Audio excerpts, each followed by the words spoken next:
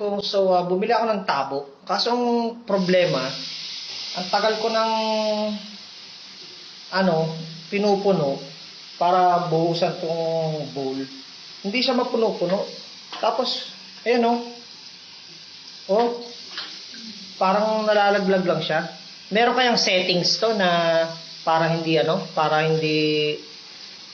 ma-drain yung tubig, nalalaglag lang siya, So kung sinong may alam ng settings nitong tabo na to, pa-comment na lang para maayos ko tong tabo.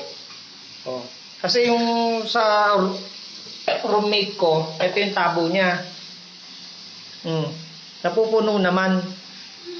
Pero tong sa akin, pag sinali mo yung sa akin, hindi ko alam kung anong settings ang dapat dito, nalaglag lang, So, pa-comment na lang kung paano ayusin to.